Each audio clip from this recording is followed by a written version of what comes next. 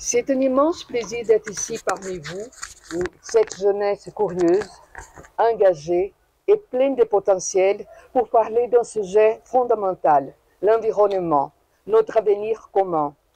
Le Brésil, riche d'une biodiversité unique, d'une culture profondément liée à la nature et d'une responsabilité mondiale, s'illustre aujourd'hui comme un acteur majeur de la transition écologique.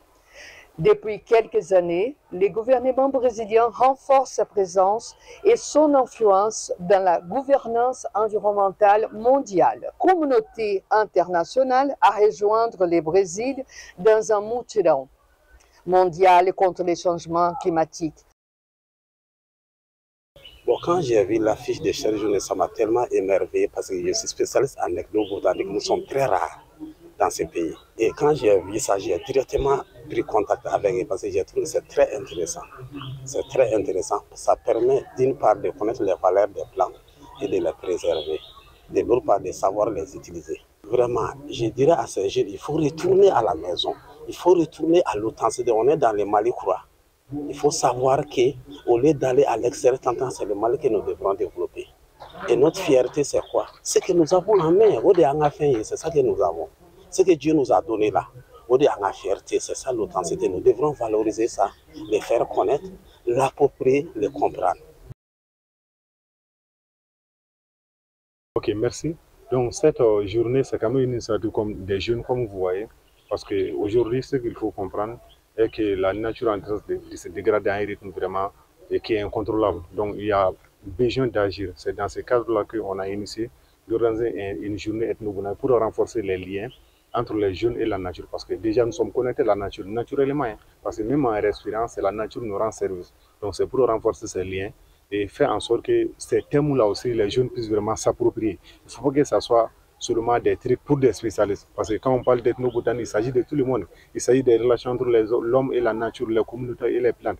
Donc ce n'est pas seulement quelqu'un qui a été à l'école, mais quelqu'un qui n'a pas été à l'école, ça concerne tout le monde. Donc c'est important qu'on regroupe les jeunes, qu'on met les gens ensemble pour débattre de ces questions.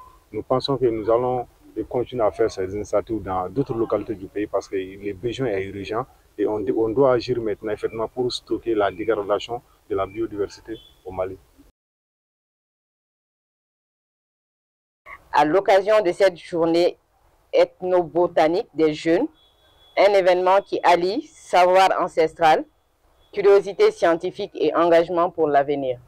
De rendre un vibrant hommage à nos plus hautes autorités pour leur engagement dans la protection de l'environnement, la santé publique et l'amélioration du cadre de vie de la population. L'ethnobotanique n'est pas seulement l'étude des relations entre les peuples et les plantes. C'est aussi un pont entre les générations, entre les cultures, entre la nature et l'être humain. Elle nous rappelle que nos aînés, depuis des siècles, ont su observer, expérimenter et transmettre des savoirs précieux sur les plantes médicinales, alimentaires, rituelles ou artisanales.